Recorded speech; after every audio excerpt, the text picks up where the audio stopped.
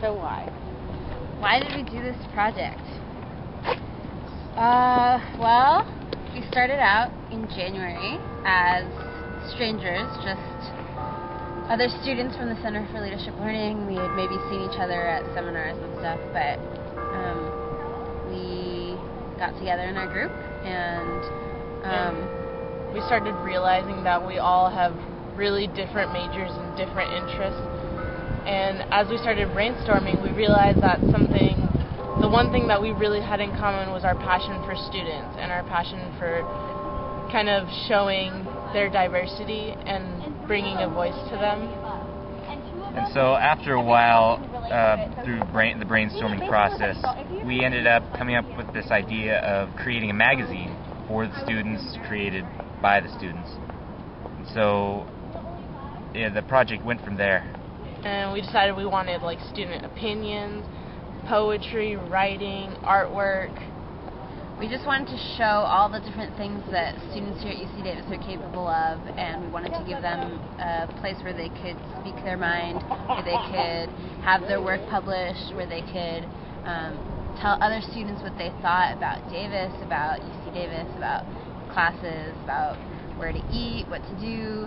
We wanted it to be kind of a general student interest magazine that would be accessible to everyone on campus, because we felt like that didn't exist.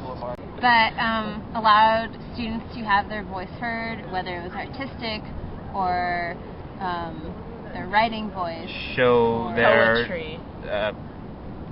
Photojournalistic voice. Is that a word? We wanted a platform for students to express themselves. Something that we thought was missing from our community. Once we decided that we were going to do a magazine, we started looking into the cost. So I called Kinko's and got a little preliminary information on how much it would cost to print a 40-something page magazine in full color with cardstock, all the other paper information. And as it turns out, printing is really expensive. But we didn't let that discourage us. We kind of continued to think that we would be able to do that. We found out that to print 25 copies of a 40-page magazine in full color at Kinko's, we would be spending close to $700, money which we don't have. So we kept that in the back of our minds, hoping that we would find a way. But eventually we started looking for solutions for fundraising and seeing how we would acquire $700 to print 25 magazines. So after Kat came with us to the prices, I decided to do some research on fundraising, and then he decided to do some research on who can contribute work and things like that. So I went to Sugar Plum and talked to the manager there. They made it sound really easy, like all we had to do is come in as a group and basically just tell them that we wanted to fundraise and they would help us out. And so I emailed the Aggie, and I wanted to see if there was anyone there that could possibly help us out, maybe write an article or whatnot, maybe even if they wanted to submit some of their own artwork, photography, and the like. Thomas and Maddie came to me when we all got together and gave me the research that they had found out. And on my own, I had done some research and found out about something called AS Papers, which is where all the ASUCD publications publish their magazines and their newspapers. And I thought, hey, this might be a great solution for solving our fundraising problem, since Kinko's is obviously untouchable and we need some fundraising help. So I was looking at my email, and it was just a short while after I had emailed the Aggie, and I thought I was going to be thrilled to open up my email and be like, oh wow, the Aggie, the people there, they really want to invest their time in this new student-run publication.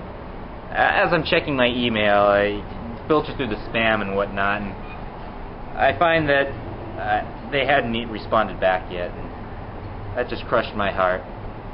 so what'd you guys do? So we decided to come here and get to the bottom of this. The bottom. And we wanted answers. We wanted some answers. Dun it, dun it, dun it. that we needed to have at least 5 members, and there's only 3 of us, and they had to be all full-time students. I'm a part-time student, so discrimination against me. And basically, we just found out we can't be a student club, which means we can't use AS Papers or the Aggie or any of the fundraising options that UC Davis had given us or that we could have used from UC Davis. So we were kind of back to square zero. No club, no fundraising, no printing, No magazine. Yeah. CSI crushed our dreams.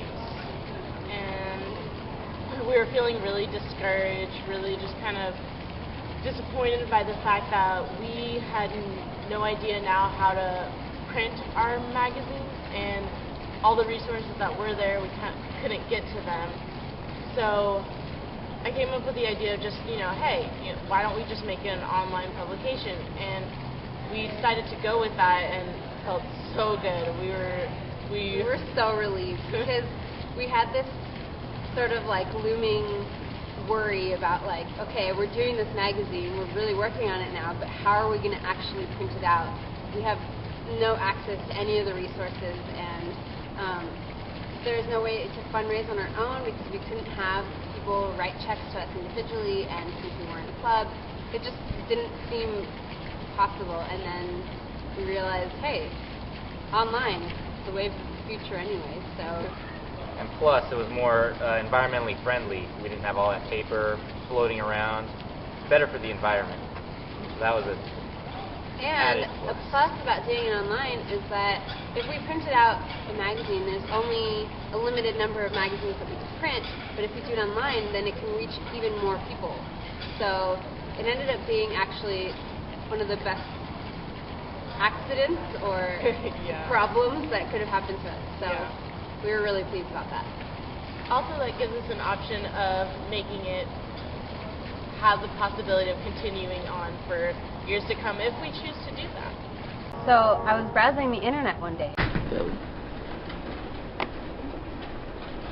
just trying to find solutions now that we had decided we're going to do this online, looking for ways that we can make an easy website. I was thinking about maybe we could do it on WordPress, which is a free publishing platform for any sort of website. And I was just looking around for solutions, and everything seemed pretty complicated, like it would take a really long time, it would require a lot more skill than what we had available to us. And in a sort of dull moment that I was just browsing the internet,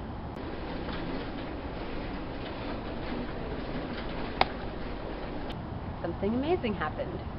And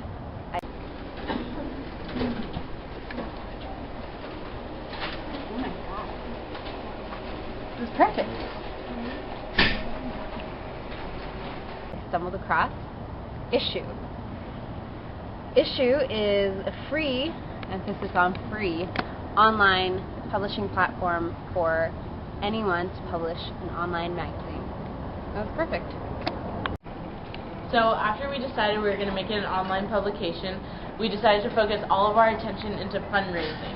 We printed out flyers, we made a Facebook event, we sent out our flyers and things to all of our listservs. We made sure all of our friends knew, and yeah, so we just asked students to submit their artwork, their design, photography, paintings, writings, poetry, anything that they could think of.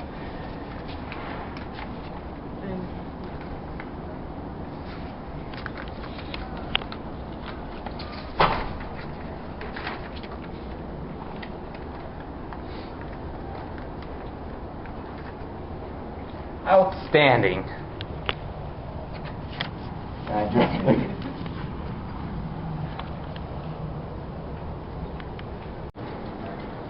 So we created an email account where people could send their submissions to ucdstudentmag@gmail.com.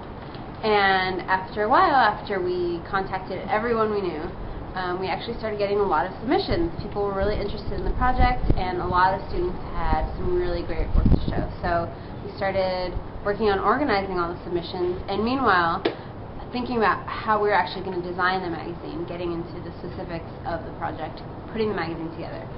So we contacted some of my fellow design students who are graphic design students and have a lot of experience in magazine layouts and things like that. And we ended up finding 2 really great volunteers that were interested in adding a project to their portfolio and helping us out. So we got the help of 2 volunteers to design the magazine for us. So with our input and with our submissions and all the content that we had been gathering over the next few weeks, we've been able to slowly put together all the elements of magazine.